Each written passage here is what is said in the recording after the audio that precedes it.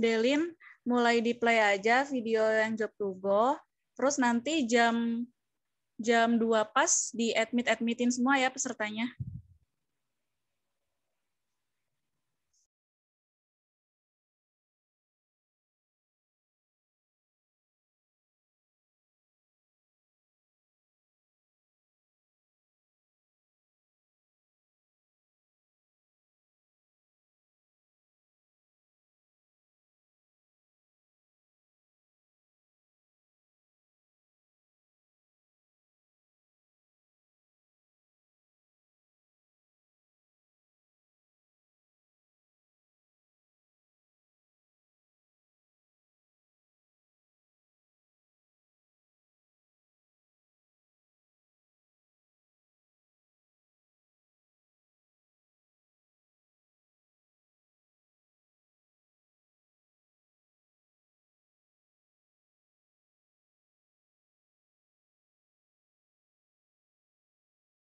Delin, ini suaranya nggak ada deh.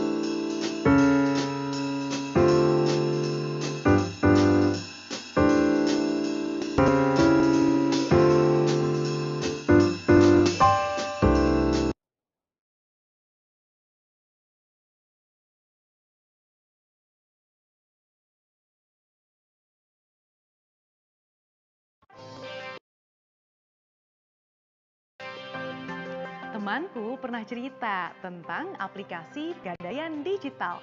Katanya sih bisa menyelesaikan separuh permasalahan hidup.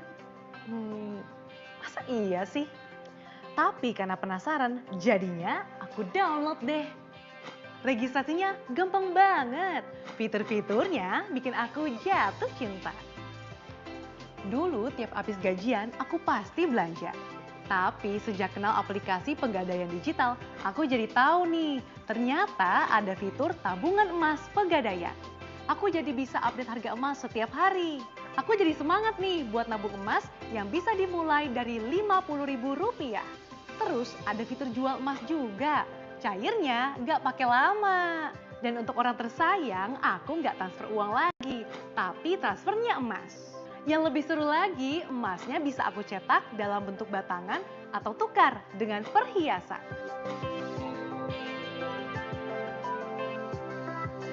Seiring berjalannya waktu, aku perlu mengupgrade portofolio investasiku. Aku coba deh fitur cicil emas di Pegadaian.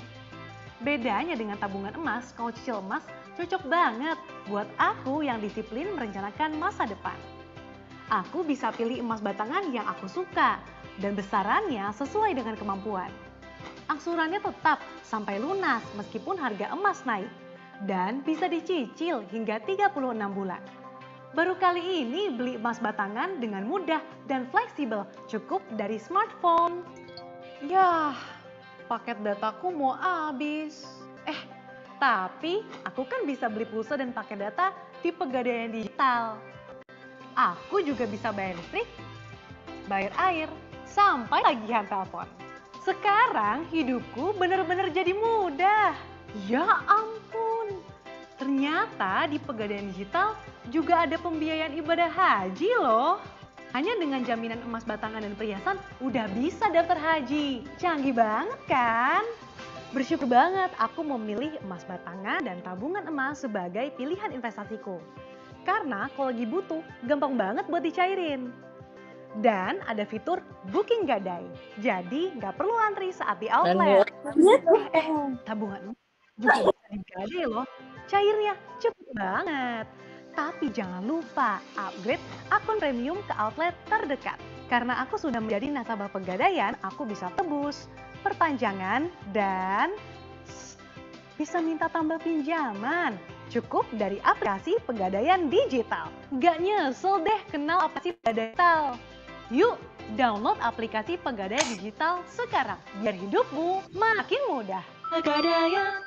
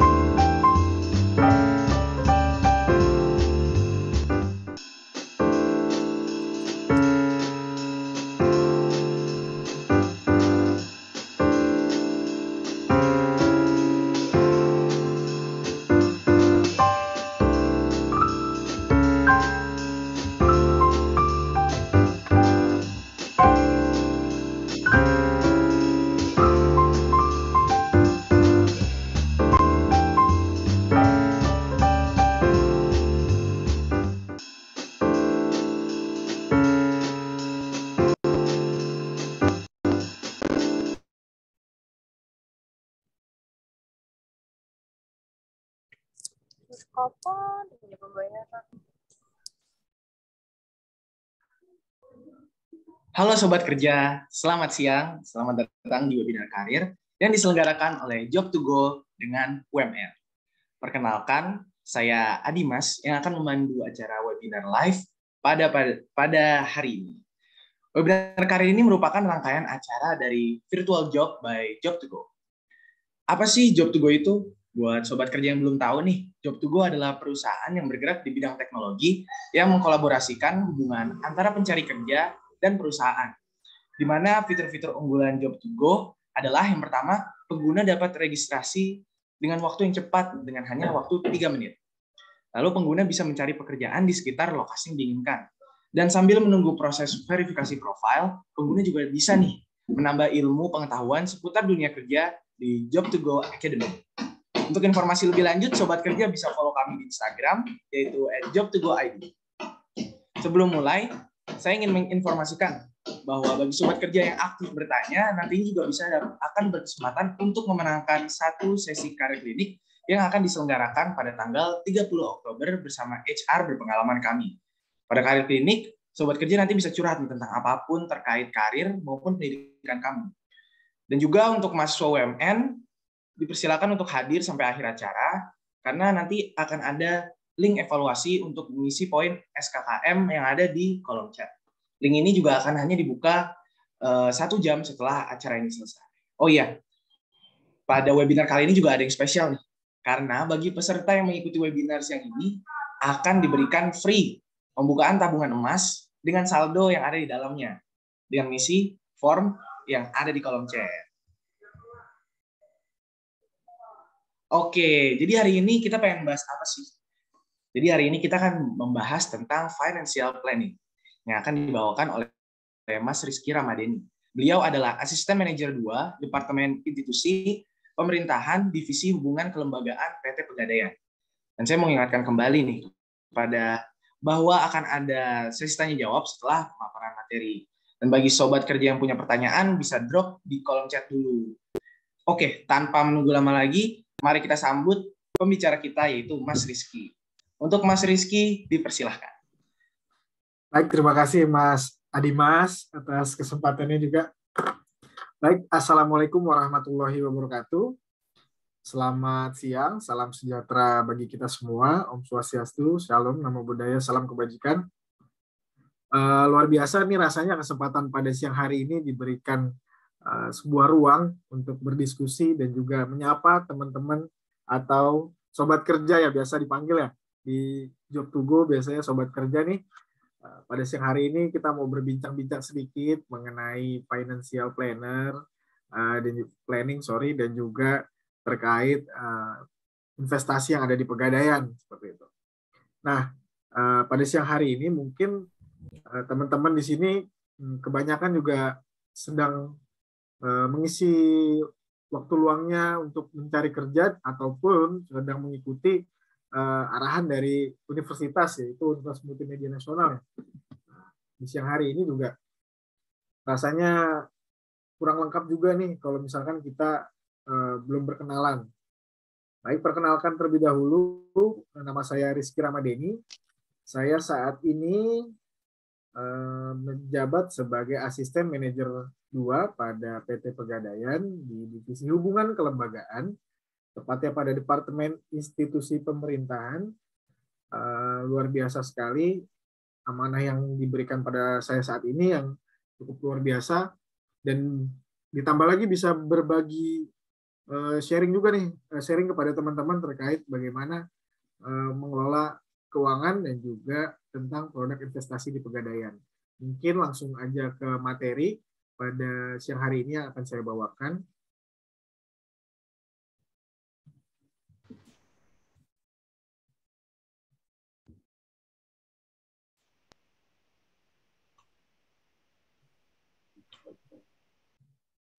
Ya, ini tema yang akan saya bawakan siang hari ini, investasi aman, masa depan tenang.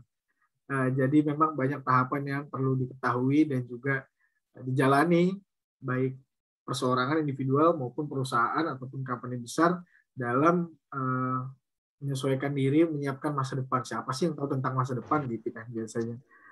Oke. Sedikit bercerita juga nih untuk teman-teman semua. Jadi memang sebelum saya saat ini menjabat sebagai asisten manajer 2 di PT Pegadaian ini sama juga seperti teman-teman ketika saya baru kuliah juga, saya mencari kerja ke sana kemari, tentunya juga dengan kondisi yang berbeda. Mungkin teman-teman sekarang kondisinya berbeda karena lebih banyak virtual, seperti job fair aja virtual gitu ya.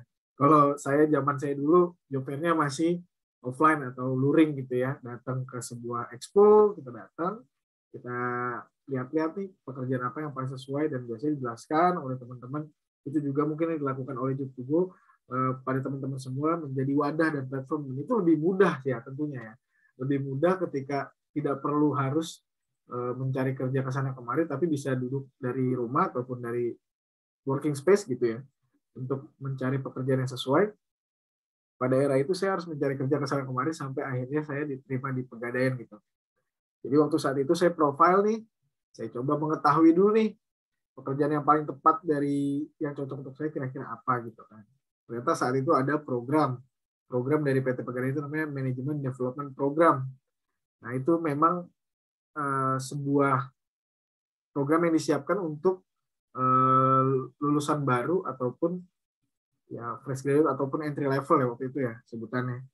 Jadi untuk masuk kepada program itu tentunya seleksinya cukup panjang. Yang ini tentunya saya harapkan juga teman-teman menyimpan semangatnya untuk tetap semangat karena perjalanan pencarian kerja tentu sangat panjang dan melelahkan, tapi itu semua akan terbayar ketika di mana teman-teman mendapatkan pekerjaan yang teman-teman inginkan. Setelah masuk bekerja di Pegadaian ini, tentunya tambah juga banyak tantangan yang harus dijalani seperti pelatihan, pendidikan kembali dinas, kemudian dinas ke luar pulau, luar kota dan sebagainya. Itu cerita-cerita suka duka yang seru yang kita harus syukuri karena teman-teman semua juga pastinya nanti ketika menjalani sebuah proses itu akan menjadi sebuah bagian yang tidak terlepaskan dari apa yang teman-teman miliki. Nah, sekarang membahas juga ketika teman-teman sudah bisa mengelola uang secara pribadi, harapannya ini juga menjadi perhatian teman-teman untuk mengelola keuangan secara aman dan juga yang di masa depan nanti akhirnya bisa menjadi hal yang menenangkan teman-teman. Baik, bisa dilanjut. Nah, setiap orang memiliki tujuan yang ingin dicapai di masa depannya.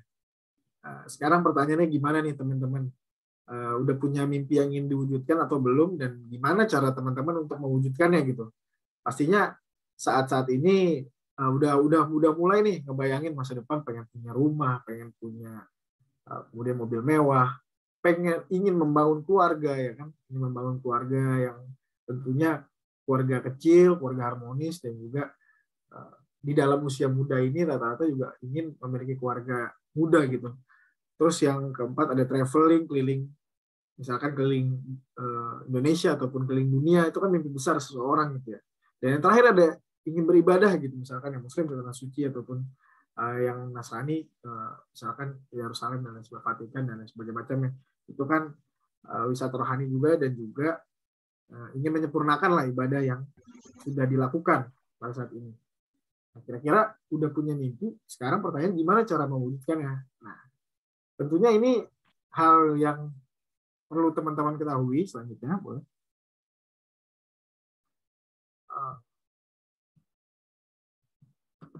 Nah, ini tahapan perencanaan keuangan yang teman-teman.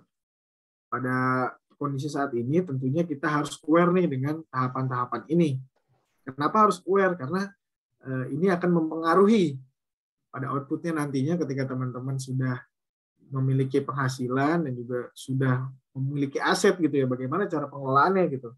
Nah, pertama cara sederhananya tentunya teman-teman di sini bisa membuat catatan atau membuat daftar tujuan keuangan atau penempatan alokasi keuangan teman-teman nih. Jadi bisa berbentuk dari digital, bisa berbentuk dari buku, bisa berbentuk juga aplikasi sekarang juga udah lumayan banyak yang support kita untuk melakukan pencatatan keuangan, baik itu rumah tangga maupun pribadi.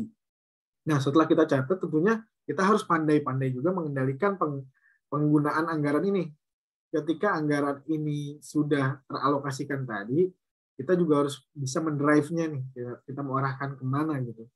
Nah, banyak sekali arah-arah yang bisa kita tuju. Kalau tadi udah set goals, udah mencatat, sekarang kita mengendalikan gitu kan.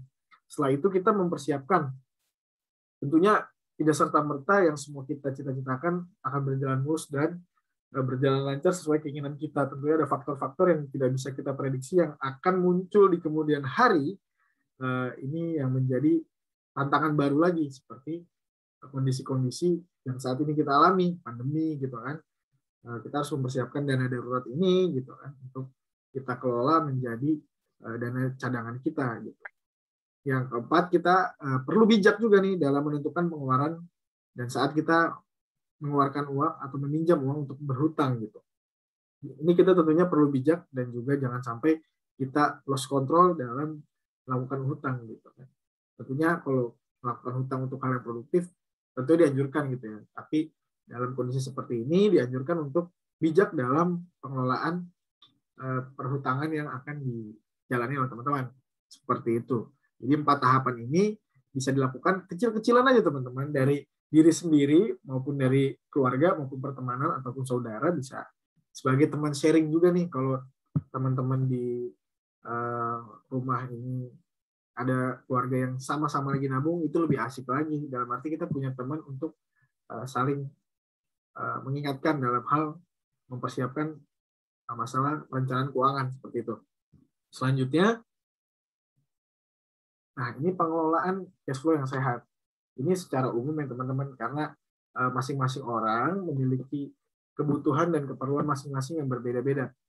Nah, ini resep cash flow pengelolaan keuangan yang sehat. Yang pertama itu ada konsumsi rumah tangga, 40% biasanya. Persentasenya ini untuk kebutuhan pokok, biasanya untuk pengeluaran rutin ya, seperti belanja bulanan, kemudian tagihan-tagihan, dan lain sebagainya macamnya. Kemudian di 30% ini ada cicilan dan hutang. Dari penghasilan, perhitungannya dari penghasilan pokok tiap bulannya ya. Kita bisa berhutang itu tidak lebih dari 30% dari penghasilan kita gitu, karena khawatirnya gagal bayar dan lain sebagainya macam yang tidak diinginkan. Kemudian yang ketiga ada tabungan, investasi, dan asuransi.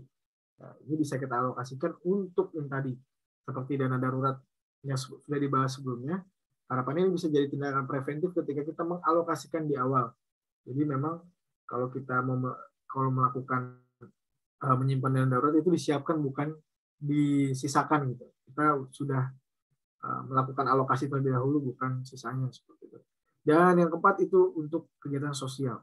Dalam arti untuk biaya hidup, yang lifestyle untuk bergabung nongkrong dengan teman-teman seperti itu. Bisa juga zakat, memberikan sedekah pada yang membutuhkan. Jadi kita tetap balance lah ya dalam mengelola keuangan itu.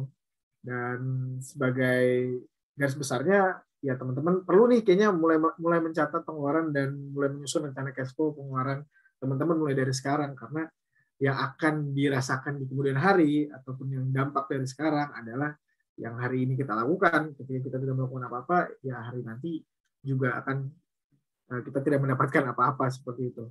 Selanjutnya, nah waspada nih jebakan finansial nih. Yang pertama itu teman-teman perlu waspada nih sama yang namanya yang sekarang lagi tren juga, lagi hits juga, mungkin kayak FOMO sama YOLO nih, kayak fear of missing out dan you only live one gitu kan. Nah ini memicu impulsive spending gitu. Jadi teman-teman ngerasanya, aduh gue hidup cuma sekali kok, ya udah santai aja, gue punya gaji nih, kayaknya fine-fine aja kalau misalkan gue keluarin untuk beli barang ini, barang itu, gue melakukan jalan-jalan ke sini ke situ, atau beli rokok terus ya kan, yang cowok-cowok gitu kan. Kalau FOMO juga, aduh ketinggalan nih, kayaknya udah pada mulai pakai gadget yang baru nih, waduh harus cepet-cepet punya lagi nih, atau pantang nggak top gitu ya. Nah ini yang perlu teman-teman hindari, jebakan finansial seperti ini. Jadi ketika tadi teman-teman sudah melakukan alokasi dan juga melakukan pencatatan, harapannya itu udah sebagai bentuk tindakan preventif atau pencegahan teman-teman terjebak dalam jebakan finansial ini. Nah yang kedua ini menyukai experience spending yang konsumtif ketimbang investasi. Ya bisa dibilang zaman sekarang banyak banget yang mendorong kita akhirnya jadi konsumtif banget, karena dukungan-dukungan seperti ya digitalisasi, modernisasi, segala suatu halnya lebih mudah ketimbang era-era sebelumnya ketika kita mau beli apa, gimana aja kita bisa beli, bahkan dari luar negeri kita bisa beli tanpa harus pikir panjang. Jadi itu memicu kita untuk impulsive spending gitu kan. Nah, yang ketiga itu tidak takut berutang atau pay later untuk memenuhi kebutuhan tersier. Ini juga yang bahaya teman-teman. Ketika sekarang makanya tadi teknologi udah mulai makin canggih, fitur-fitur udah mulai beragam, pilihan udah mulai banyak, akhirnya itu menciptakan keinginan kita yang lebih tinggi dan tidak takut lagi memikirkan resiko di kemudian hari. Yang keempat itu cenderung menunda pemenuhan kebutuhan primer. Jadi kayak yang penting-penting seperti memiliki hunian, kemudian bahkan makan gitu. Akhirnya jadi di nomor kesekian kan gitu. Makan kan kebutuhan yang harus kita penuhi juga gitu. Nah, ini sebanyak 64,9% milenial belum memiliki rumah. Jadi ya memang kondisi saat ini juga selain harga properti yang cukup tinggi, ya karena kebiasaan juga yang menyebabkan akhirnya terjadi hal seperti ini. Harapannya ini bisa kita cegah dengan tadi hal-hal yang kita bisa lakukan sebelum kita terjun ke pengelolaan keuangan yang lebih besar lagi. Baik, selanjutnya. Nah, ini merupakan tahapan finansial individu. Secara umum ya, teman-teman.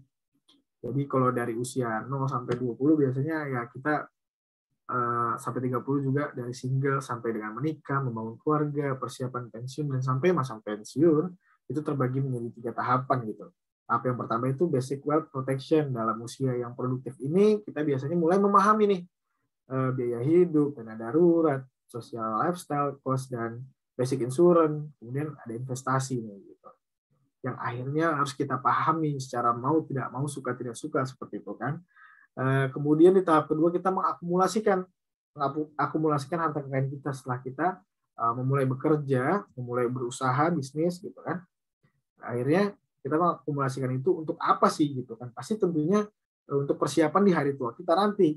Setelah kita sudah mencukupi semuanya dan juga waktu seiring berjalan kita akan memasuki usia senja, pensiun, dan hari tua. Nah, kita mendistribusikan kekayaan itu kepada generasi selanjutnya, biasanya seperti itu. Nah, di sini yang menjadi highlight juga adalah investasi memiliki peranan penting untuk mewujudkan finansial yang sehat. Jadi perlu teman-teman sadarin juga bahwasannya ini bukan untuk kepentingan siapa-siapa selain kepentingan pribadi kita dan juga orang-orang terdekat kita. Ketika kita mulai aware dan sadar, ini juga yang akan kita tuai ataupun kita rasakan di kemudian hari seperti itu. Selanjutnya. Nah, sebelum memulai investasi, ada baiknya teman-teman atau sobat kerja nih memahami juga nih profil resiko investasi yang rekan-rekan sobat kerja ingin pilih gitu. Banyak sekali instrumen investasi yang bisa dipilih dengan masing-masing ragam profil resikonya. Nah, seperti contoh nih, ada misalkan kayak yang lagi hit sekarang ada cryptocurrencies gitu kan. Dengan kita perlu tahu juga nih kira-kira likuiditasnya gimana nih. Wah, likuiditasnya tinggi, mudah dicairkan gitu kan. Gampang ditarik, gampang diambil uangnya, kemudian hasilnya juga returnnya gitu kan. Returnnya juga tinggi gitu. Tapi kita juga harus paham bahwasannya profil resikonya juga tinggi gitu, teman-teman. Jadi kalau misalkan kita belum memahami itu akan menjadi bumerang juga untuk kita ketika kita mulai untuk berinvestasi. Jadi misalkan kita belum terlalu memahami, akhirnya cukup tinggi juga nih resiko yang bisa didapat. Misal teman-teman ketika harganya sedang turun-turunnya atau naik-naiknya, teman-teman belum ngecek atau nggak memantau itu karena kesibukan dan lain sebagainya yang tidak bisa menjadikan itu sebuah prioritas teman-teman. Nah, ini yang perlu dipahami juga karena masing-masing investasi ini ragam sih ya, ragam resikonya. Kemudian seperti kayak misalkan saham atau uang gitu kan, ada saham gitu, saham juga likuiditasnya menengah, pencairannya nggak semudah cryptocurrency. Hasilnya tinggi, resiko juga tinggi, returnnya tinggi nih, tapi resikonya juga tinggi. Nah, semisal juga saya berikan contoh ada misalkan tabungan gitu kan, tabungan ya tentunya gampang dong liquid gitu kan, untuk dicairkan kapan saja. Hasilnya ya mungkin karena tidak terlalu banyak ataupun bunganya dan sebagainya macamnya kurang banyak deposito ya, akhirnya teman-teman di sini kecewa, aduh, ya namanya investasi adanya akhirnya saya return gitu kan biasanya. Nah, kemudian resikonya rendah karena ya memang aman aja kita naruh uang berapa aja, nabung berapa aja, ya kemungkinan hilang atau berkurang menyusutnya itu nggak setinggi saham tadi gitu. Nah, ada juga nih investasi emas yang saat ini Pegadaian lagi galakan untuk dikenalkan kepada masyarakat. Jadi investasi emas ini nanti akan saya jelaskan beragam-ragamnya, fitur-fiturnya, manfaatnya, dan juga layanannya.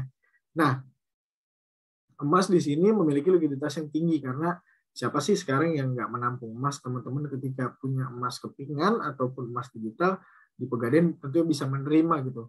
Maupun toko emas lain ataupun di luar juga banyak maksudnya pesaing-pesaing yang bisa menerima atau membeli emas-emas yang dibeli, karena emas kan masih jadi primadona juga nih untuk sebagian masyarakat di dunia dan juga di Indonesia. Nah, hasilnya biasanya ini cenderung stabil karena tren harga emas juga stabil. Nah, resikonya teman-teman bisa lihat di sini, salah di sini resikonya bisa bilang menengah gitu. Karena tentunya ketika kita melakukan investasi emas jangka panjang ya, tidak teman-teman beli hari ini besok jual. Nah, kita tidak bisa dalam arti teman-teman nggak bisa langsung merasakan manfaatnya gitu ketika teman-teman beli hari ini besok jual, karena tentunya harganya belum terlalu signifikan seperti itu. Next. Nah, kenapa sih harus pilih emas gitu? Dari sekian banyak tadi instrumen investasi, akhirnya kita kenapa sih emas itu menjadi pilihan yang cenderung harus kita coba ataupun kita pilih? Next. Nah, ini nilai emas tahan terhadap inflasi, teman-teman.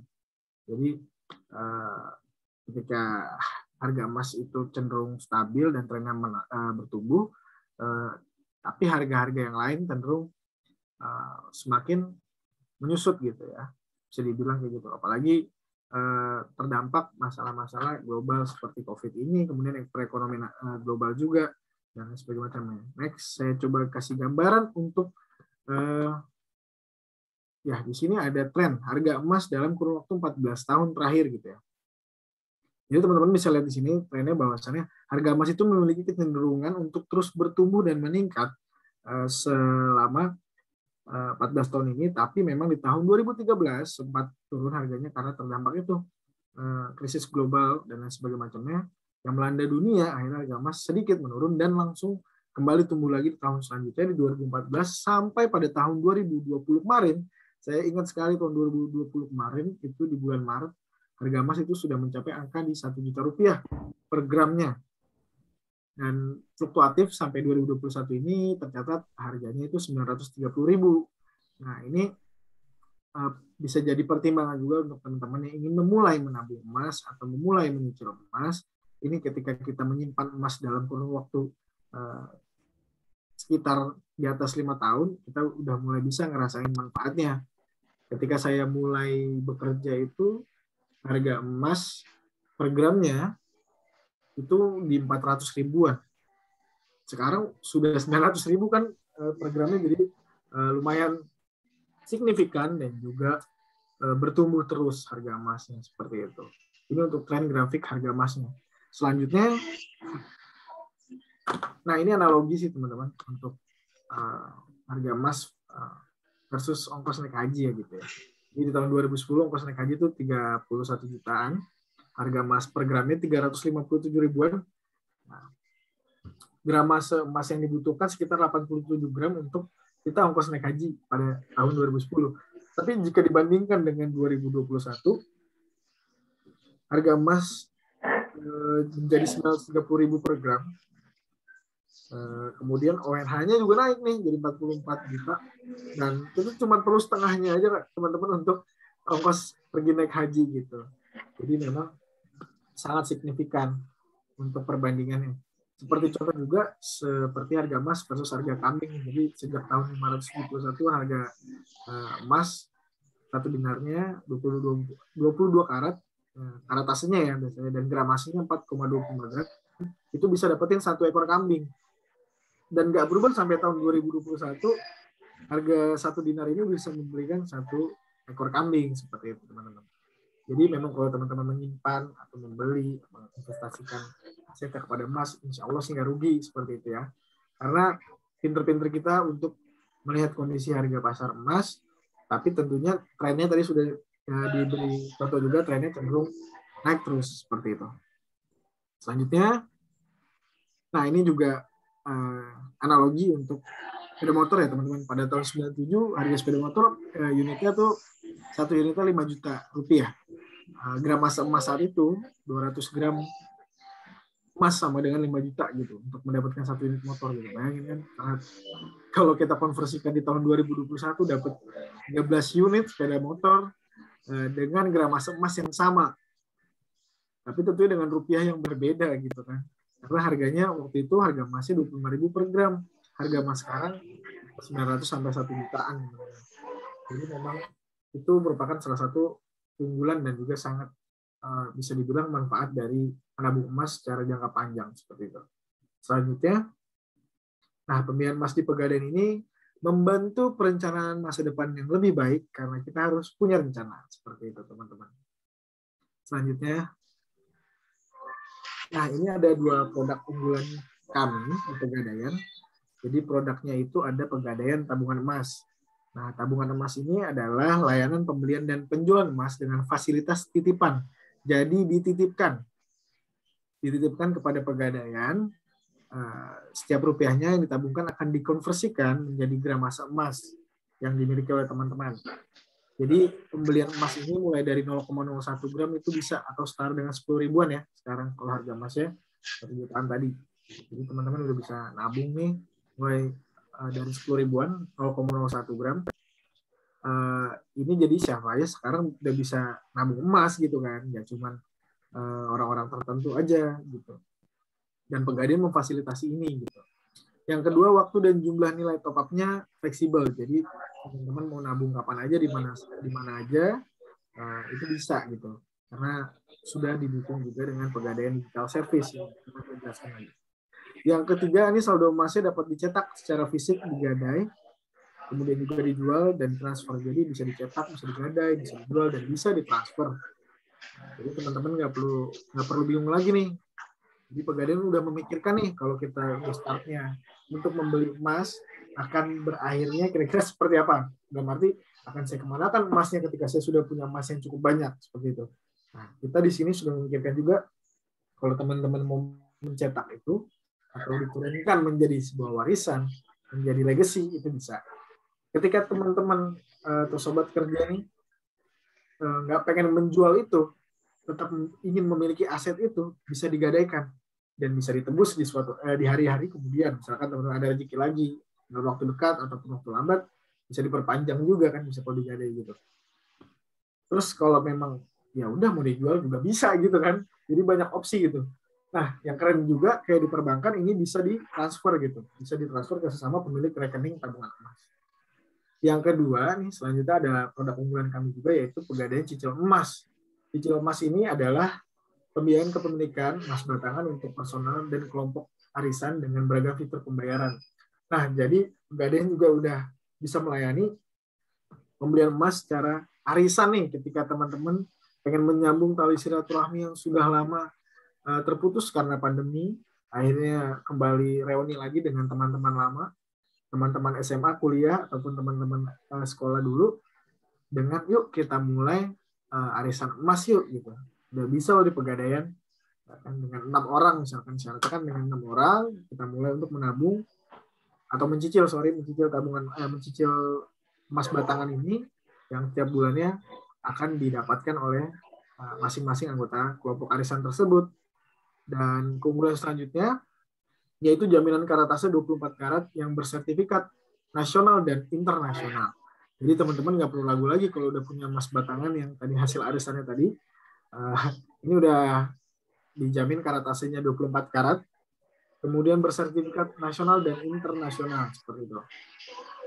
Nah, angsurannya tetap hingga lunas. Jadi kalau teman-teman akad ya biasa bahasanya akad kredit hari ini gitu. Hari ini harga emas berapa, angsuran yang disepakati berapa, itu akan tetap dibayarkan oleh teman-teman hingga lunas. Jadi jangan takut besok harga emas naik, angsurannya tetap sama dengan angsuran teman-teman pada saat akad kredit tersebut. Nah, keunggulan yang ketiga yaitu angsurannya ringan mulai dari 30 ribuan per bulan. Nah, ini kan ada pilihan juga ragam tenor dan ragam angsuran. Jadi teman-teman bisa milih tenor dan angsurannya disesuaikan dengan keinginan dan kemampuan teman-teman semua. Kemudian jenis brand emas yang dihadirkan Pegadaian ini ada banyak ragam juga nih. Jadi ada Lotus Archie, ya, kemudian ada Galeri 24. Nah, ini anak perusahaan dari Pegadaian yang tentunya teman-teman bisa kunjungi juga mungkin yang ada di Jakarta. Itu bisa ada di Galeri 24 di Kebayoran Baru, di Blok M, Panglima Polim, kemudian di Jalan Keramat, di Pasar Kenari, itu juga ada Galeri 24. Nah, ini bisa dilihat nih, distro Pegadaian Galeri 24 ini beragam-ragam produk seperti perhiasan dan juga emas batangan yang ada dijual di Galeri 24. Kemudian ada UBS, di sini ada pilihan ragam logam mulia juga yang namanya UBS. Kemudian ada Antam juga yang mungkin udah familiar juga teman-teman tahu untuk sebuah brand emas di Indonesia. Selanjutnya, nah ini sih teman-teman yang pengen di-share juga, the power of Hapsari. Hanya perlu selembar aja sehari. Gitu. Ketika teman-teman menyisihkan 10.000 per hari, diakumulasikan dalam setahun, ini mendapatkan 3.650.000. Yang sama aja kalau itu dikonversikan untuk membeli emas, dapat 3 gram lebih emas. Gitu ya. Jadi teman-teman di sini bisa ngerasain benefitnya akhirnya punya emas dengan 1 lembar aja sehari selama setahun konsisten. Teman-teman bisa akhirnya memiliki aset yang bisa teman-teman simpan untuk nanti teman-teman suatu hari membutuhkan dan juga teman-teman sudah tahu mau mengalokasikannya kemana, itu bisa digunakan. Nah, ini jika kita lihat gambarannya kalau misalkan 5 tahun aja teman-teman udah dapat 13 gram, 10 tahun teman-teman dapat 25 gram, 15 tahun teman-teman dapat 40 gram, bisa tuh naik haji yang tadi ya. Naik haji yang kehidupan tadi dibahas. Jadi rasanya kalau nggak dimulai hari ini, sayang sih teman-teman atau sobat kerja untuk memulai merasakan experience nabung emas. Saya juga awalnya dulu waktu nabung emas kayak mikirnya, aduh apaan sih nabung emas gitu, kayak masih tar dulu deh gitu. Tapi karena suatu ketika saya penasaran juga, akhirnya saya mulai nih untuk menabung emas. Ternyata saya ngerasain banget manfaatnya ketika memang dana darurat itu sedang saya butuhkan. Sebagai contoh ketika saya malam-malam ketika memang membutuhkan keuangan yang darurat, saya bisa gadaikan itu dengan aplikasi Pegadaian Digital tadi. Jadi memang ragam fiturnya juga sangat bermanfaat gitu. Atau saya ketika membutuhkan uang ketika perbankan sedang tutup di hari Minggu, saya bisa jual emas saya yang ada di Pegadaian Digital Service tadi, dicairkan ke rekening saya langsung gitu kan. Jadi benar-benar manfaatnya sangat terasa gitu. Next. Nah, ini solusi investasi emas Pegadaian untuk semua individu. Jadi setiap individu yang ada di masyarakat tentunya memiliki kecenderungan atau persona ini memiliki kecenderungan preferensi kepada pribadi masing-masing yang berbeda-beda pilihannya gitu. Seperti yang ini contohnya happy go lucky ini sebagai contoh kayak misalkan muda-mudi yang nggak pengen terikat gitu, makanya dia tuh cocoknya tabungan emas gitu. Aduh, saya nggak mau nyicil tiap tanggal ini dong, saya nggak mau bayar iuran setiap tanggal ini, karena itu terikat ya. Apalagi dengan akad kredit tadi gitu, takutnya dia, aduh ribet deh, nggak ada waktu untuk itu. Akhirnya dia memilih tabungan emas yang fleksibel karena bisa nabung di mana aja dan kapan aja. Kemudian juga ada individu yang seperti ini, kategorinya yang open minded gitu, misalkan saya suka nih nyoba instrumen investasi baru gitu, mengeksplorasi opsi-opsi investasi baru. Nah, cocok banget nih tabungan emas, udah bisa ketika itu jadi pilihan terbaru bagi teman-teman, karena ini pilihan yang baru juga di masyarakat, nggak banyak juga. Oke. Nah, yang selanjutnya ada Pegadaian Cicil Emas. Pegadaian Cicil Emas ini biasanya kayak gimana sih? Ya, biasanya yang tradisionalis gitu, yang ingin merencanakan semuanya, misalkan aduh saya mau ditagih, saya mau nyicil aja deh tiap tanggal 25, saya mau bayar itu agar saya bisa memiliki aset emas itu tadi. Akhirnya dia memilih Pegadaian Cicilan Emas ataupun yang well plan gitu. Saya pengen tenang gitu kan, ingin mudah nggak repot gitu, nggak arti nggak perlu top up tapi saya bayar nyicil tiap bulan aja gitu, atau saya ikut arisan tadi gitu kan, itu bisa juga. Dan ada juga freedom seeker gitu ya, saya wira swasta yang ingin terus mengembangkan usaha saya nih, Saya tahu risiko dari usaha saya, jadi saya ingin melakukan investasi yang memberikan jaminan keamanan.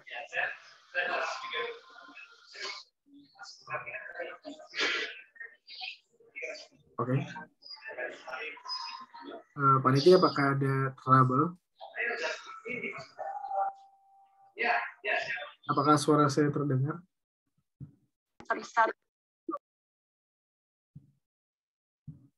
Ya. Apakah terdengar? Oke. Makasih Mbak Gabriel. Makasih Mas Rinaldi. Oke, lanjut. Nah, next slide. Berarti tadi itu ada 2. Tabungan emas dan cicilan emas. Jadi masing-masing karakter dan persona individu bisa untuk menjadi nasabah individu pegadaian. Dari nilai pembiayaan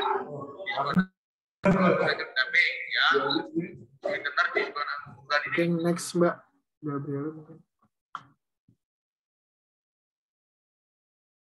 Nah, ini dia adalah fitur-fitur dari tabungan emas tadi yang ada di Pegadaian Digital. Jadi seperti ini bentuk aplikasinya, teman-teman. Kurang lebih gambarannya udah bisa di-download di aplikasi handphone masing-masing di Play Store dan juga App Store nih. Jadi seperti ini tampilannya. Dan ini contoh buku tabungan emasnya. Buku tabungan emasnya ini bisa dimiliki juga oleh teman-teman semua untuk melihat transaksi pencatatannya seperti apa.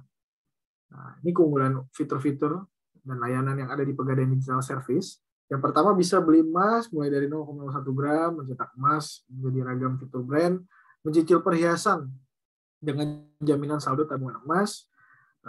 Ini bisa dilakukan yang tadi Galeri 24, anak perusahaan kami. Jadi ketika punya tabungan emas tadi, teman-teman bisa nih, selain saldonya itu bisa digadaikan tadi, bisa juga untuk membelikan perhiasan yang ada di Galeri 24 dengan menjaminkan saldo tabungannya. Kemudian ada gadai tabungan emas, ini minimal saldonya 1 gram yang digadai.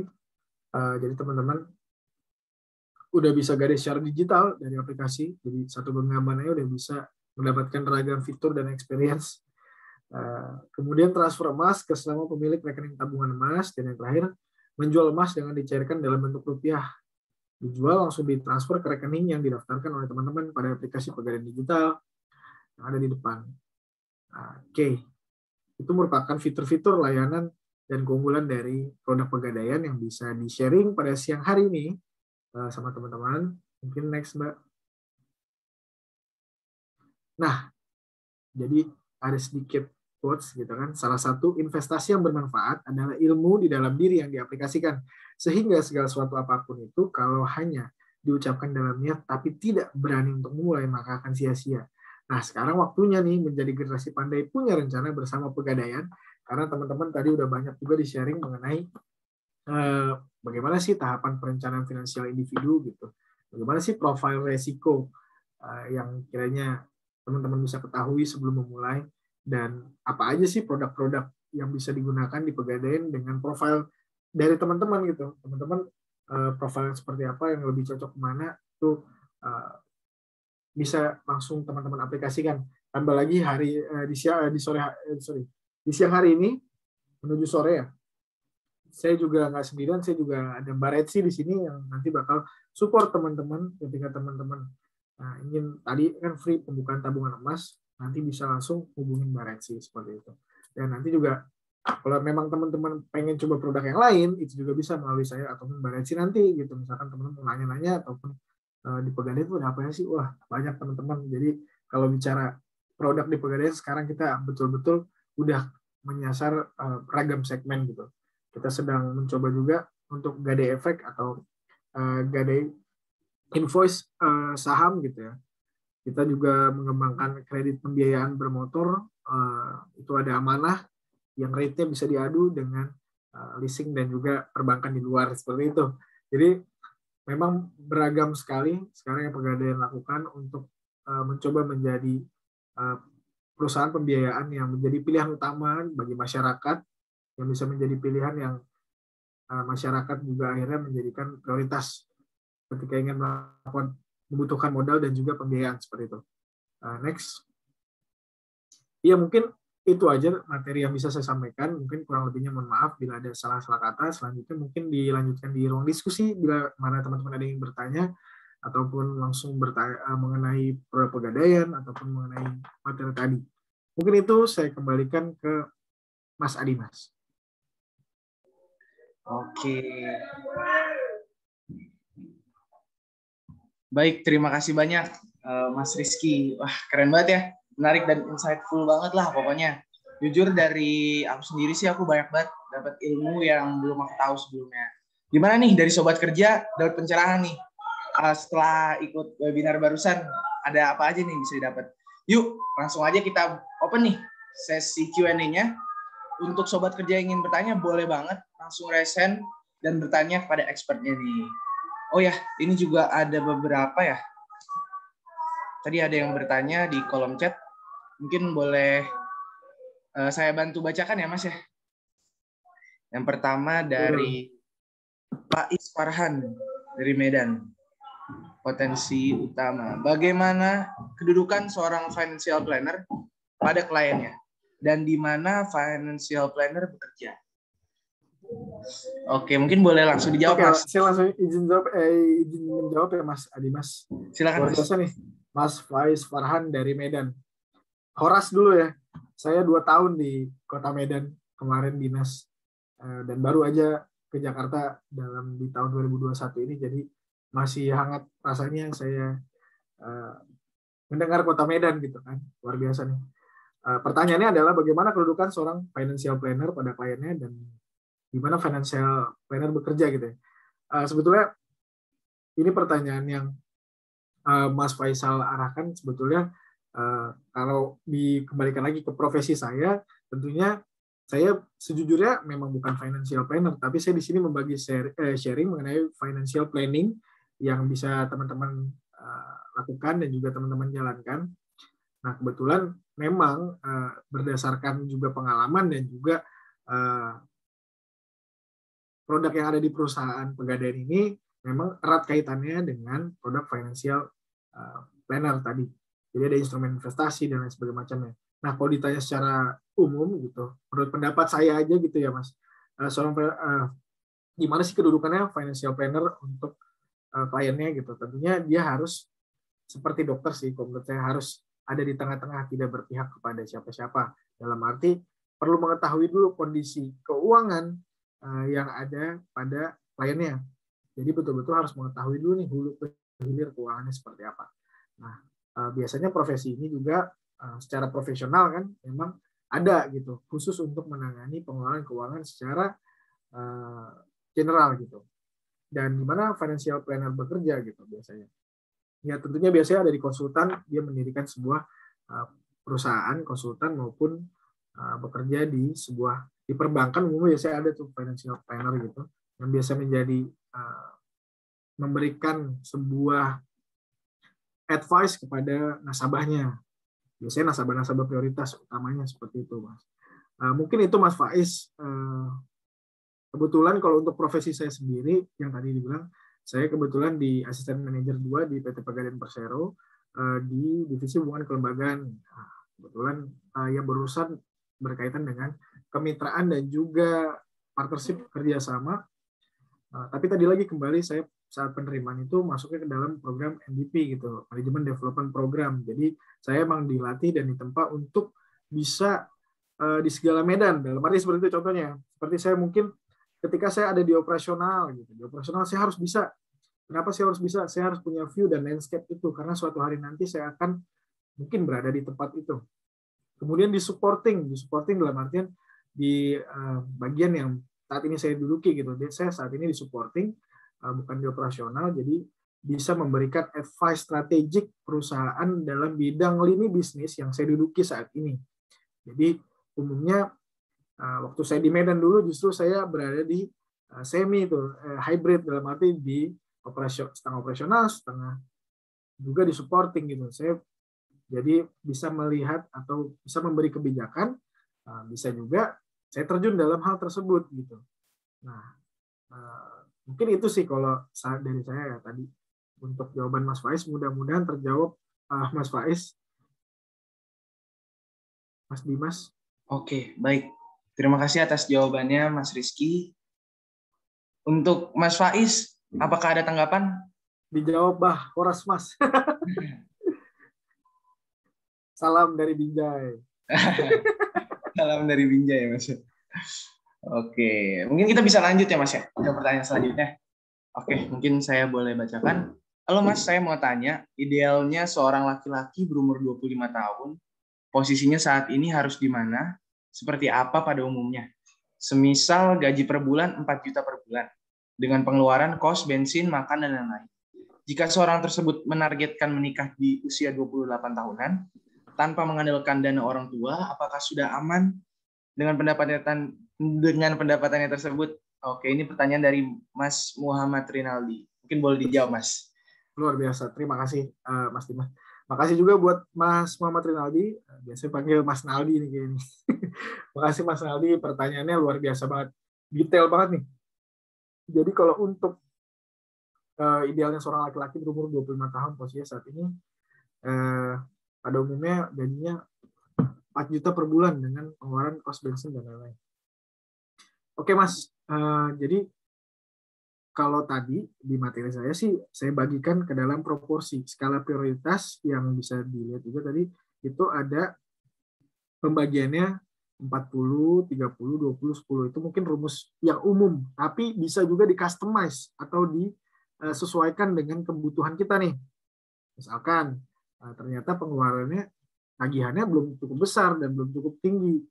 Tidak perlu 40%, ternyata 20%-nya cukup. Nah, kita geser berarti yang tadi 20% bisa menjadi 40%. Misalkan instrumen apa? Instrumen tabungan menikahnya dibesarkan. Instrumen tabungan menikahnya dibesarkan menjadi 40%, nanti bisa kita cek skalanya sih, Mas. Dalam kurun waktu, tengah waktu yang kita mulai, misalkan kita set goals untuk menikah dalam usia 28 tahun, berarti usia 25 tahun sekarang, itu berarti 3 tahun ke depan. 3 tahun ke depan, dia ingin menikah dengan gaji 4 juta per bulan. Bisa tadi proporsinya 40, 30, 20, 10 itu disesuaikan dengan kebutuhannya Mas Rinaldi tadi. Bisa ketika memang 40-nya itu udah termasuk dana darurat dan juga biaya tabungan menikah, misalkan gitu, di-combine. Nah, ini rasa saya sih tentunya mungkin aja, dan kembali lagi Mas, ke jebakan finansial tadi tuh. Ketika kita, gaya hidup kita yang cukup glamor misalnya gitu, ataupun gaya hidup kita yang cukup boros, konsumtif, akhirnya itu menyebabkan kita tidak bisa menabung 3 tahun itu untuk menikah. Dan kembali lagi, untuk menikah sendiri beda-beda sih. Banyak orang itu preferensinya lain-lain. Ada yang menikah dengan 10 juta aja udah cukup gitu, ada yang 5 juta aja cukup, ada juga dengan walk-in ke KUA aja udah cukup. Maharnya itu 1 buah cincin 5 gram dengan karat tasnya 24 gram, itu udah cukup. Beda-beda nih, kembali lagi, karena tergantung orang sih. Kalau memang ingin menikah yang bagaimana, itu kembali lagi ke pribadi masing-masing. Tentunya kita sih sebagai sarana ini Mas, sorry sebelumnya saya kalau bisa ngasih saran gitu ke Mas Rinaldi. Tentunya kan gaji itu idealnya tuh setiap tahunnya meningkat, bertumbuh, ya kan? Walaupun dalam masa pandemi seperti ini, harapannya produktivitas perusahaan yang saat ini diduduki itu juga bertumbuh dan meningkat. Jikalau tidak, ya kita bisa juga mencari side job gitu, mencari pekerjaan di luar yang kita bisa lakukan, ataupun kita juga bisa sambil berbisnis gitu ya. Sarannya untuk menambah penghasilan yang tadi, kalau misalkan dirasa itu kurang untuk mencukupi tabungannya sampai dengan usia 28 tahun tadi atau 3 tahun ke depan.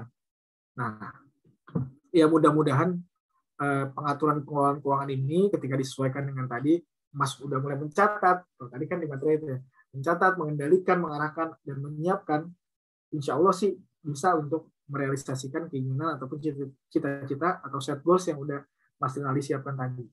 Mungkin itu Mas Dimas untuk jawaban Mas Rinaldi, mudah-mudahan terjawab. Oke, terima kasih Mas Rizky. Oke, apakah ada tanggapan dari Mas Rinaldi? Pertanyaan yang sangat visioner ya. Mungkin luar biasa. Sudah menjawab sepertinya. Oke, kita beranjak ke pertanyaan berikutnya. Dari Mbak Wiwik Indriani. Selamat siang Kak, mau nanya, lebih ke teknis sih. Kalau misalkan ada rencana menabung Mas, tapi peruntukannya untuk haji, apakah ada program di Pegadaian? Setahu saya, jika mau mendaftar haji harus ada minimal tabungannya. In case sudah mendaftar haji dengan tabungan uang, apakah ini bisa dikonversi untuk tabungan emas agar nilainya tidak turun? Oke, mungkin boleh dijawab, Mas Rizky. Makasih untuk Mbak Wiwi Indriani. Pertanyaannya luar biasa banget. Tadi memang saya belum sempat jelaskan terkait produk yang ada di Pegadaian itu untuk ketika kita mau pembiayaan untuk porsi haji. Namanya produknya namanya Arum Haji. Arum Haji ini produk yang di customize gitu ya untuk ketika Bapak Ibu rekan-rekan misalkan ada yang ingin mendaftarkan porsi haji di Kemenak gitu ya. Karena porsi haji sendiri itu kan cukup panjang prosesnya dan juga cukup lama untuk kita mendapatkan porsi haji. Jadi memang kalau ditanya ada nggak sih gitu, misalkan saya mau menabung emas tapi peruntukan untuk haji, bisa banget. Ketika nabung di tabungan emas tadi, jadi butuhnya berapa nilainya? Butuh nilainya tuh 3,5 gram atau setara dengan 3,5 juta atau sampai 4 juta ya. Kalau harga emasnya berubah, mohon dikoreksi nanti. Nah, misalkan Mbak Wiwi ini mau daftar porsi haji. Porsi haji butuh 3,5 gram. Nabung emas, udah tabungan emasnya setiap bulan rutin nih, di tabungan emas Pegadaian Digital Service aja misalkan gitu. Itu bisa. Nanti ketika tabungan emasnya sudah 3,5 gram, itu tinggal nanti ke cabang Pegadaian terdekat untuk pendaftaran porsi haji tersebut gitu. Jadi bisa ditransferkan gitu kan ke rekeningnya ataupun dicetak tadi, cetak kalau misalkan butuh emas secara fisiknya. Nanti dititipkan ke Pegadaian, nanti diangsur bayarnya. Jadi gitu. Jadi emas yang dipunya, misalkan tabungan emas tadi dititipkan di Pegadaian, nah nanti diangsur cicil bayarnya 3,5 gramnya tadi gitu. Karena memang porsi haji itu cukup panjang prosesnya. Seperti itu teman-teman. Jadi ketika nabung dari sekarang gitu kan, untuk dapatin porsi haji di 5-10 tahun lagi, itu kan tergantung lagi nih kebijakan pemerintah bagaimana. Nah harapannya kalau teman-teman udah memiliki tabungan emas tadi dari sekarang, udah ada 3,5 gram aja, udah bisa untuk mendaftarkan porsi haji di Pegadaian. Seperti itu sih Mas Dimas, pertanyaan Mbak Wiwi luar biasa. Nah nanti kalau mau nanya lebih mendalam lagi ataupun ingin mulai mendaftar, bisa nanti ke Mbak Retsi yang akan membantu. Oke, terima kasih Mas Rizky. Semoga menjawab ya pertanyaan dari Mbak Wiwi tadi. Oke, kita langsung ke pertanyaan selanjutnya dari Mbak Nisrina. Saya Nisrina dari Bandung, ingin bertanya, saat ini banyak yang menawarkan investasi, namun saya baru lulus kuliah. Kira-kira saya harus investasi apa agar saya bisa ambil keuntungan dalam waktu 1-2 tahun ke depan? Oke, mungkin dari Mas Rizky, dipersilakan Mas. Terima kasih Mbak Nisrina, pertanyaannya luar biasa juga nih. Dia baru lulus kuliah dan dia ingin berinvestasi. Kira-kira investasi apa yang cocok untuk Mbak Nisrina ini gitu. Dan dia tadi juga ngomong nih, returnnya butuh waktu cepat 1-2 tahun gitu ya. Nah, kembali lagi Mbak Nisrina, kalau saya bisa ngasih advice, tadi kalau untuk emas sendiri memang investasi jangka panjang. Jangka panjang dalam artian di sini tren harga emas itu meningkat drastis, untungnya selisihnya cukup besar. Kalau memang dianalogikan sih setahun sih 12% sih ke pertumbuhan harga emas gitu ya. Keuntungan yang bisa didapat selisih harga, cuma ketika itu disimpan untuk kurun waktu yang lama 10 tahun atau 15 tahun tadi, itu nilainya sangat tinggi sih seperti itu. Nah, kalau untuk 1-2 tahun boleh bisa dikasih saran apa gitu. Jadi banyak juga instrumen investasi seperti ya ada peer-to-peer lending ya gitu ya. Yang kalau secara tenor 1-2 bulan sih yang paling sesuai, mungkin yang resikonya juga rendah. Ada peer-to-peer lending, ada reksadana pasar uang, saham, yang tadi sempat saya paparkan juga. Tapi kembali lagi, yang teman-teman perlu waspadai dan pahami, tadi ada profil resiko. Profil resikonya kira-kira yang paling sesuai dengan Mbak Nisrina itu apa? Profil resikonya seperti apa dan gimana? Kalau memang Mbak Nisrina tidak suka resiko yang tinggi, berarti aduh nggak berani deh kalau uang saya tiba-tiba besok udah nggak ada, saya naruh uang di saham tiba-tiba besok pagi udah hilang gitu, saya nggak berani deh, saya mau yang aman-aman aja. Ya bisa deposito tapi nggak tinggi returnnya atau untungnya. Nah tadi tuh saya sih kemarin juga sempat mempelajari terkait peer-to-peer lending gitu ya, peer-to-peer lending. Nah, ini tapi kembali lagi juga resiko juga perlu dipahami gitu. Nah, biasanya kok peer-to-peer lending juga udah memberikan gambaran sih profil resikonya, misalkan profil resiko kredit ini atau invoice tagihan ini tinggi, maka rate-nya akan semakin tinggi, bunga yang akan dikembalikan kepada si peminjam ini akan lebih tinggi. Tapi kalau yang mau resikonya rendah, ya resikonya, ya bunganya return-nya juga rendah. Seperti tadi prinsip dasar investasi ya high risk high return gitu. Kalau memang ingin yang return tinggi, mungkin kembali lagi sih kalau Mbak Nisrina tadi ya, kalau nggak salah Mbak Nisrina baru kuliah dan disesuaikan juga dengan anggarannya. Nah, tapi nggak ada salahnya juga sih Mbak kalau misalkan Mbak Nisrina mau mulai menabung emas nih. Nah, karena emas ketika Mbak mau jual juga bisa kapan aja dan di mana aja. Ketika Mbak mau gadaikan juga mau di mana aja dan kapan aja. Nah, kembali lagi keperluan investasinya nih apa? Set goals di awal seperti materi tadi gitu. Ketika dari awal mau menabung emas atau mau berinvestasi, Mbak Nisrina udah tahu kira-kira mau diarahkan kemana.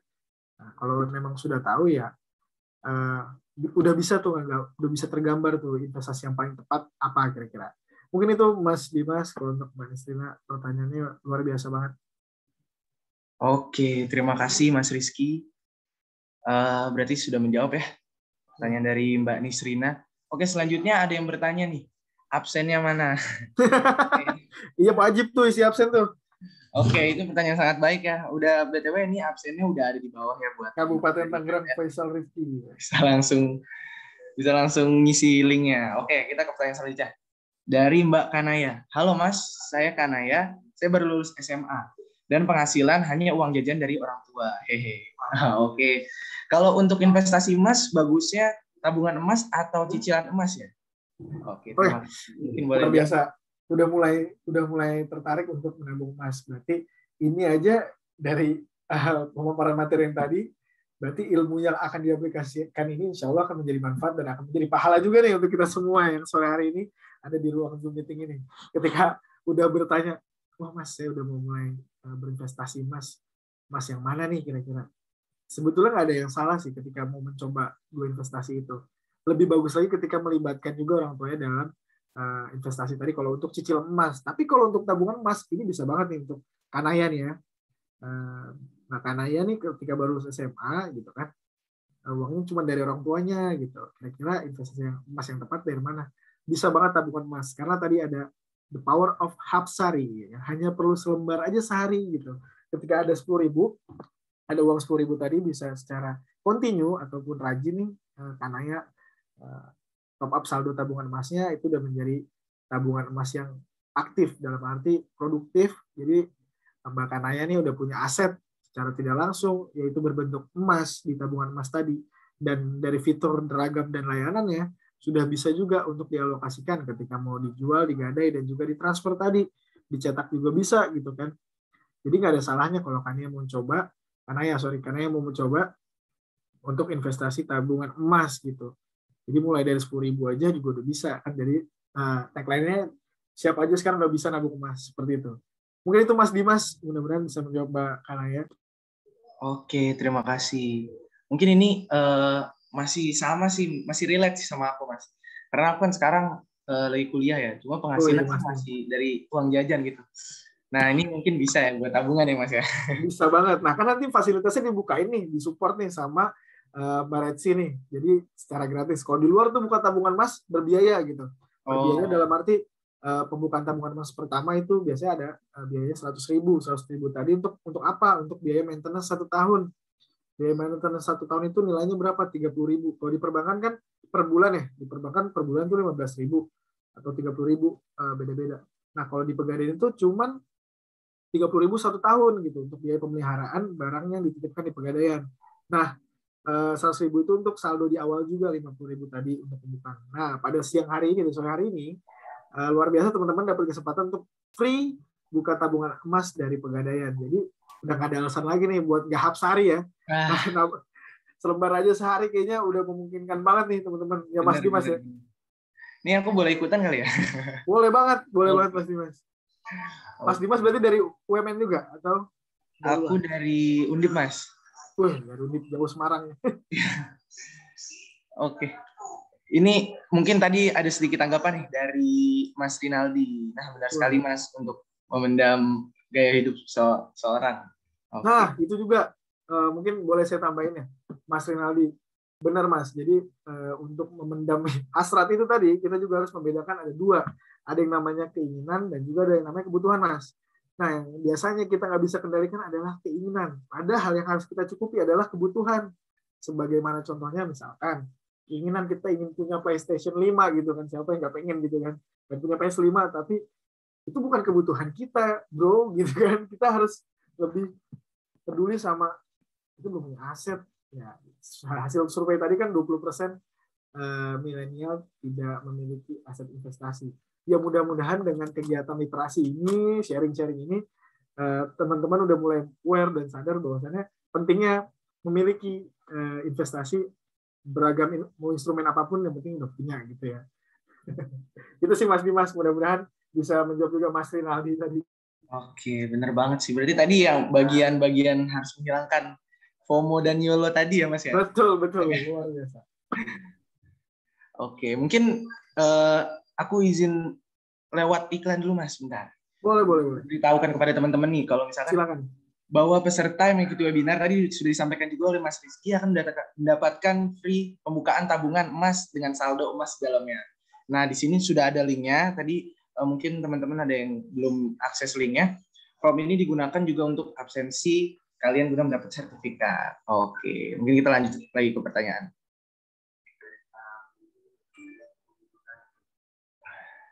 Wah, oh ini ada dari Mbak Titania. Hai Mas, kalau saya penghasilan sebulan 2 juta dari orang tua, sebaiknya menabung emas berapa persen ya? Oke, mungkin boleh dijawab Mas. Halo Mbak Tania, makasih pertanyaannya, luar biasa. Kalau untuk jumlah nominalnya sendiri, gitu, itu sebenarnya dibebaskan sih.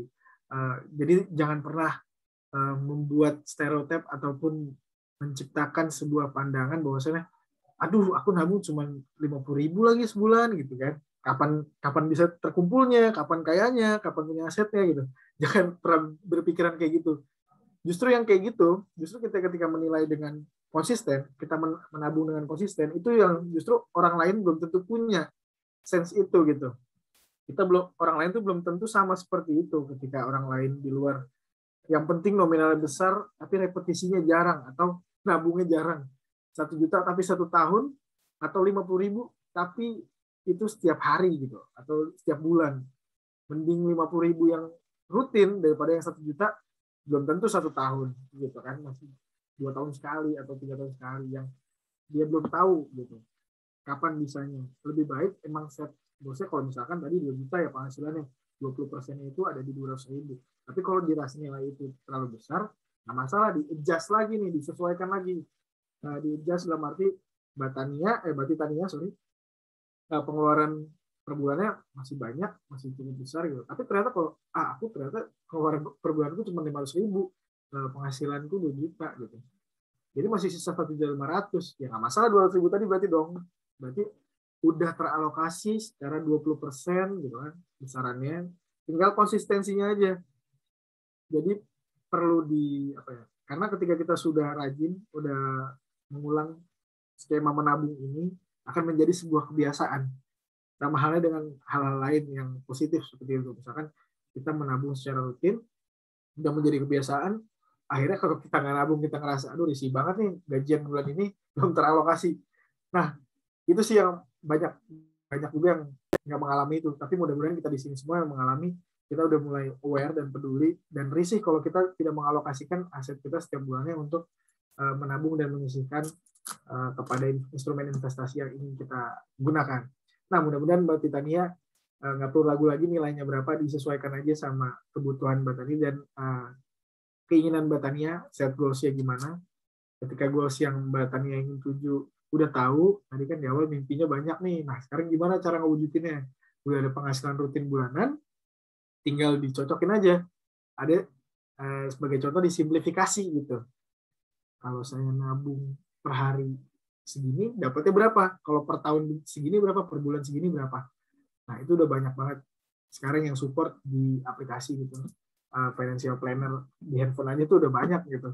Jadi kita bisa pilih-pilih tuh kalau kita mau nabung set dalam waktu 2 tahun, 3 tahun, masukin rutinan per bulanannya dikalkulasikan average-nya berapa seperti itu, atau dijumlahkan jadi berapa. Itu mungkin Mas Dimas untuk jawaban Mbak Titania, mudah-mudahan terjawab dan segera memulai menabung emas dan nggak perlu ragu dan takut lagi. Siap, Mas. Oke, mungkin mudah-mudahan sudah menjawab ya untuk Mbak Titania. Oke, nih sebelumnya apakah ada yang mau bertanya lagi? Kelihatannya sudah mulai seret pertanyaan.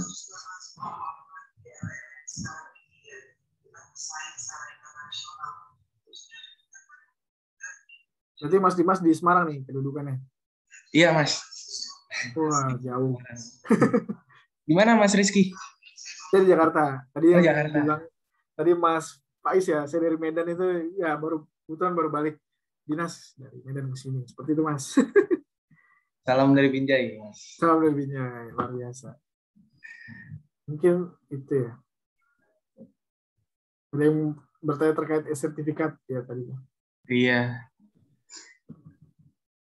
Saya kurang paham juga mungkin kalau untuk sertifikat.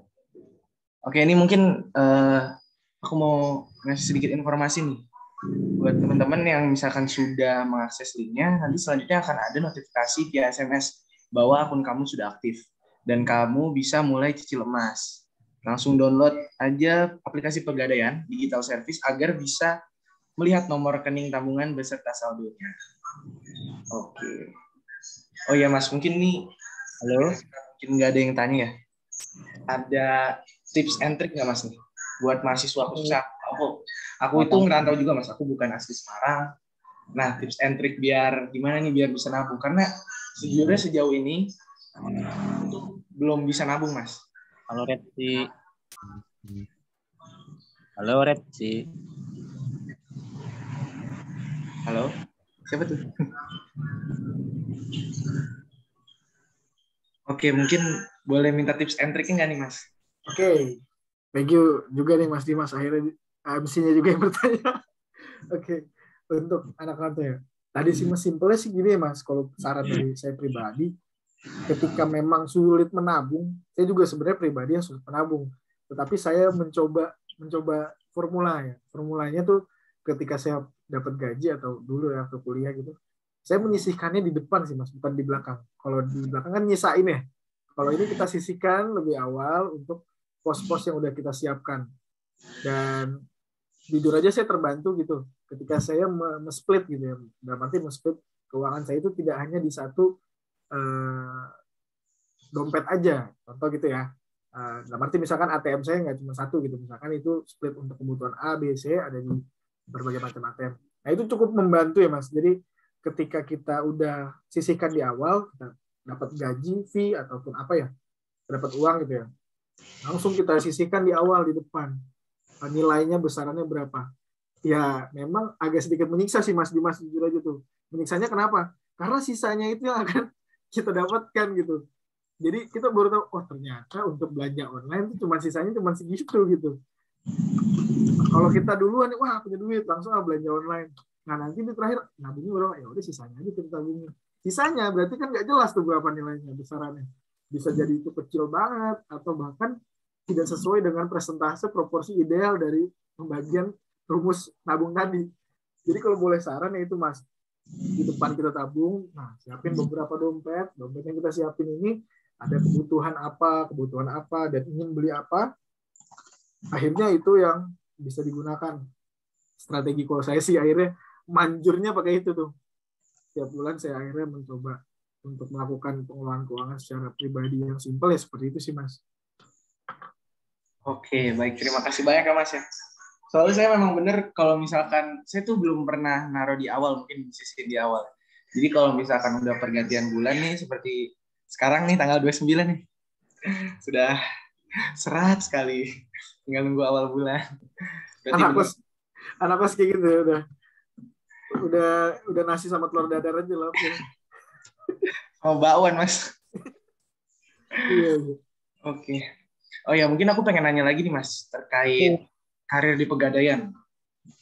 Nah, untuk kayak magang ataupun peluang karirnya itu gimana Mas? Untuk ya soalnya saya kan mahasiswa gitu. Saya juga di bidang ekonomi sih, maksudnya kayak masih bersentuhan lah sama pegadaian-pegadaian ini, mungkin bisa Betul, ada kesempatan atau seperti apa gitu, Mas. betul. Nah, kalau pegadaian sendiri sih sebetulnya untuk karir sangat terbuka ya. Jadi yang karir di pegadaian itu sangat terbuka, kayak saya dulu sama halnya, saya rekrutmen secara online nih. Kayak yang zaman sekarang ini kayak, jadi saya input di salah satu platform digital, saya input melalui proses yang panjang juga sih, seleksinya memang cukup ketat. Jadi kita ada FGD, kalau nggak salah tuh 2 kali FGD, sama interview tuh 2 kali interview, tes digital juga, dan SI, terus kemudian juga banyak banyak varian. Nah, di Pegadaian sendiri sebetulnya banyak sih yang kayak tadi saya bilang. Tadi ada contoh supporting dan juga ada operasional gitu ya. Nah, misalkan kalau contoh tadi juga banyak jalur yang bisa dicoba nih oleh teman-teman muda-mudi semua. Nah, biasanya kita sih kalau rekrutmen untuk eksternal ya, arti untuk masyarakat gitu ya, pasti bakal kita sounding melalui media sosial kita sih, di official media sosial kita di pegadaian.id atau sahabat pegadaian. Nah, di situ bisa dilihat tuh untuk ada rekrutmen apa nih dari eksternal. Nah, kayak kebetulan saya MDP angkatan ketiga, MDP masih sampai angkatan terakhir tuh keempat. Jadi kalau mungkin ada pembukaan lagi nanti akan ada diinfoin lagi sih Mas Dimas. Jadi nggak perlu ragu sih Mas. Kayak Mas Dimas jurusan ekonomi, wah cocok banget. Maksudnya untuk join di Pegadaian nantinya gitu. Saya basic malah dari sosial gitu kan. Dari sosial join di Pegadaian. Dan kerennya itu saya bisa dapetin landscape view yang nggak saya dapat sebelumnya di bangku kuliah. Kayak sebagai contoh, Pegadaian tuh kalau boleh cerita dikit lagi nih, Pegadaian tuh hadir tuh udah 121 tahun di Indonesia. Jadi dari zaman Belanda tuh Pegadaian udah ada. Pegadaian berdiri tuh udah lama banget. Jadi sebelum Indonesia merdeka udah ada Pegadaian.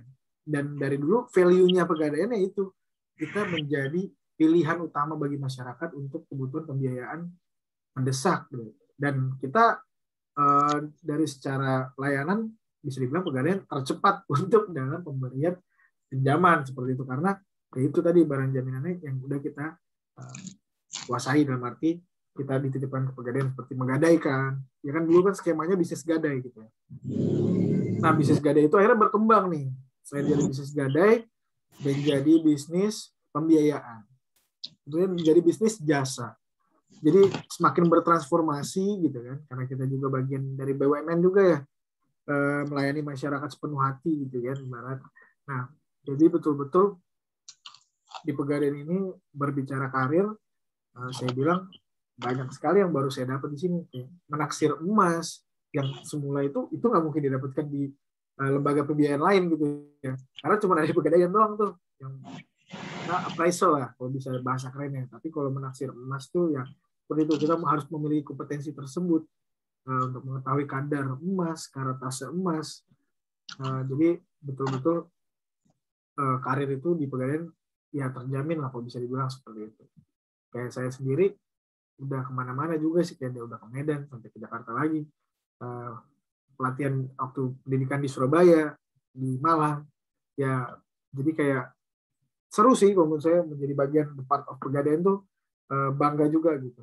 Nah, mungkin kalau memang teman-teman nanti mudah-mudahan ada open recruitment lagi di Pegadaian, mudah-mudahan teman-teman juga bisa mencoba dan juga bisa bergabung menjadi bagian dari PT Pegadaian seperti itu. Mungkin itu Mas Dimas. Semester berapa ya Mas Dimas? Gue tahu. Oh iya, aku semester 3, Mas. Oh, semester 3. Mudah-mudahan cepat. Belum kuliah online ini, belum kuliah offline Mas, masih online. Dari awal masuk berarti ya? Iya, masih online. Gila, itu udah lama banget ya berarti, udah hampir 2 tahun. Oke, sekali lagi terima kasih banyak Mas atas penjelasan sama informasinya. Ini juga berguna ya buat sobat kerja di sini kalau misalkan tertarik gitu kan di bidang di Pegadaian gitu. Tadi untuk open recruitment dan lainnya dijelasin sedikit sama Mas Rizky.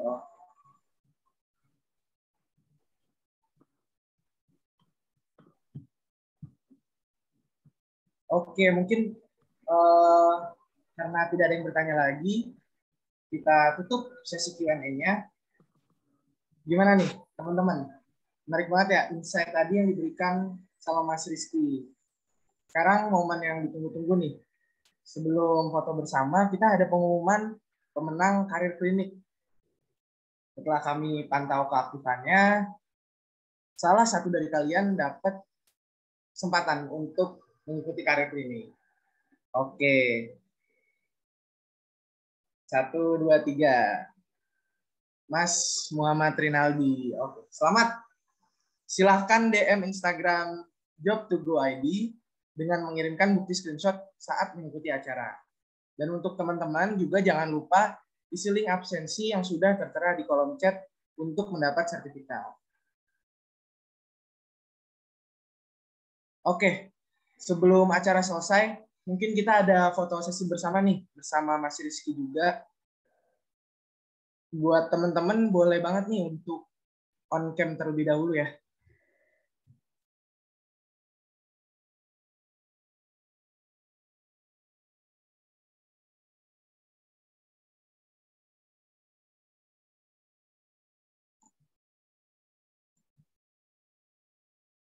Oke, mungkin nanti dari operator bisa bantu untuk ngecek ya teman-teman yang sudah pada on cam.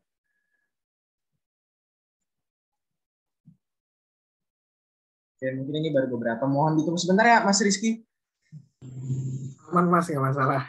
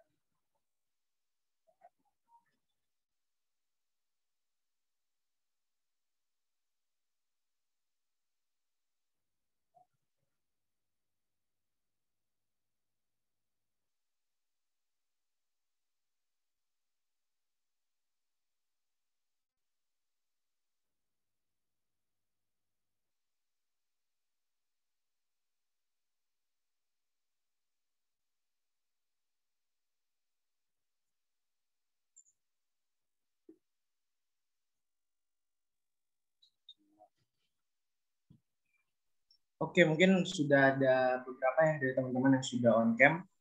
Boleh kita mulai nih fotonya. Aku izin mengambil aba-aba di sini ya. Untuk teman-teman bersiap. Kita beberapa kali jepretan ya.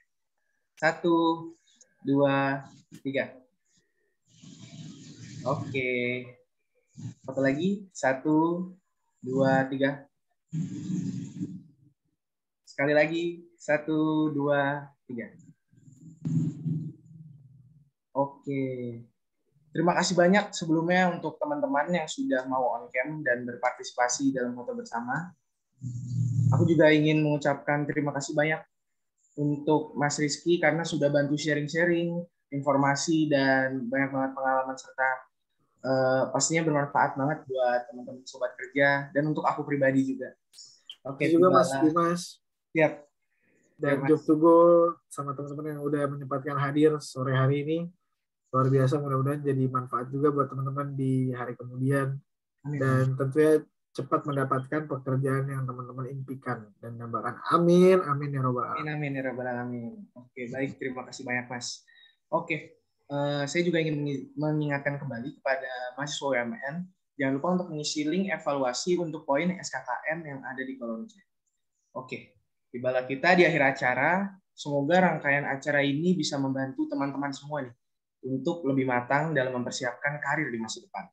Sampai jumpa lagi di Job2Go Virtual Job Fair yang akan diselenggarakan sampai dengan bulan November mendatang. Akhir kata, mohon maaf jika ada kesalahan dan kekurangan. Assalamualaikum warahmatullahi wabarakatuh. Shalom. Selamat sore teman-teman semua. Selamat beristirahat.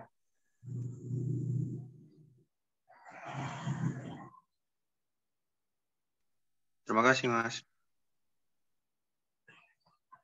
Terima kasih semua.